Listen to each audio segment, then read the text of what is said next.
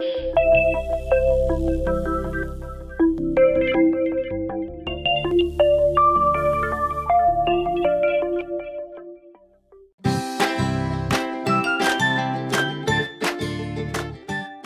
morning, good afternoon, good evening, wherever you are in the world, welcome. And thank you so very much for joining us. You know it is an absolute honor and a privilege and a pleasure to be here with you all. We have a very special guest today for this video cast, this podcast. Bruce Barnes. Bruce Barnes and I have known each other now for some years, nearly 5. He's an exceptional expert in the faculty, created 2 programs we call sessions here inside Positive Prime. Bruce, I'm going to hand it over to you and place it on Speak of You. You know what? Give us an opportunity to really get to know you. Like, who are you really in your core, in every cell in your body, and help us to understand why this is such a gorgeous opportunity, and let us know, hopefully, what we might gain from listening in and leaning in and being very mindful and present for the next 20 to 30 minutes. But take it away. I love you. I think you're a gorgeous human being. You're really a brilliant man. You're very clever. I really respect and admire you, and your story is exceptional and captivating. So I want everyone to hear it. Yeah, so those of you that may not know me, I am in the Seattle, Washington area, USA, and West Coast. So I'm born and raised in this area. And I had some serious health issues that started when I was a teenager. And in 10th grade, I was physically in and out of the hospital about half the school year. And about a year later, I wound up having surgery, and the day after surgery, they got me out of bed and put me on a scale to weigh me, and I weighed 65 pounds. I'm 5'10" tall, so I was literally skin and bones.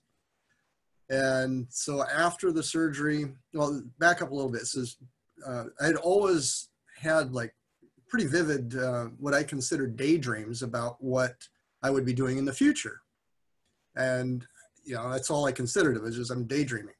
Well, just a few months before I got sick, when I tried to visualize something, all I'd get was a black screen, like a dark movie theater. And it kind of freaked me out a little bit, but after the surgery, I could visualize again. And when I was at home recovering, I was telling my dad, you know, every once in a while, I can kind of remember this voice in my head saying, no, not yet. You're not through here.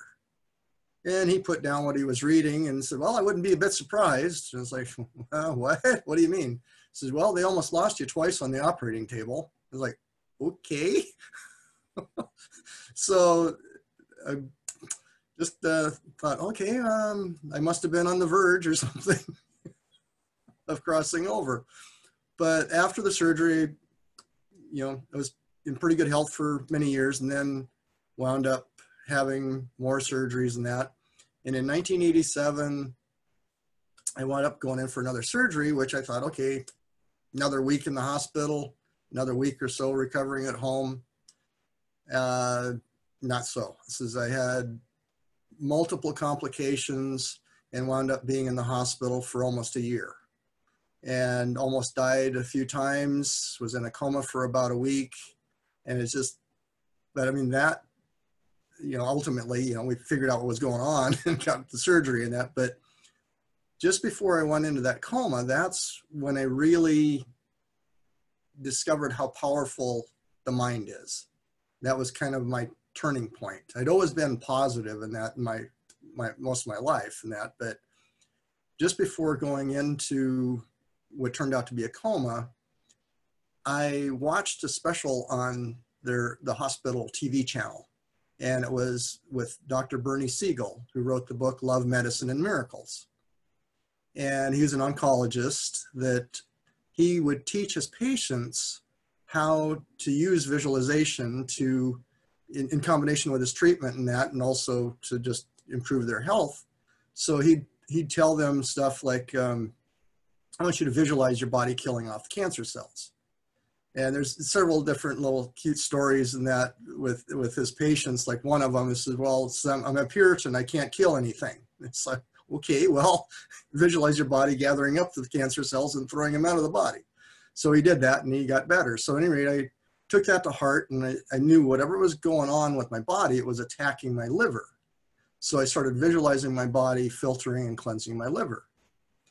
That's about the time I started going into the coma. The first stage was I couldn't move. I was paralyzed for about a day and a half or so. And the next stage was I couldn't talk. And a day or so later, I couldn't open my eyes, but I'm fully conscious. So a day or so, however, shortly after that is evidently when I went into the coma. But I kept visualizing, and that my body was filtering the toxins out and just sending positive energy throughout my body.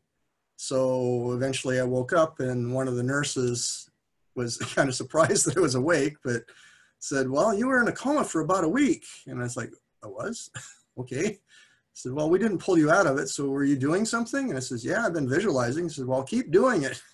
So at any rate, that's when I realized just how powerful the mind is with visualization. And with also my health issues, I got more focused on different wellness products that could help me and others, and just really got more into the positive mindset. Isn't it interesting? What I hear is that it actually took a couple of months for your body to naturally repair itself through your visualization processes. And most of us want over a year. Yeah, we want healing to happen miraculously overnight. What I love about your story is that you were patient and understanding enough and gave your body the months and the years that were necessary.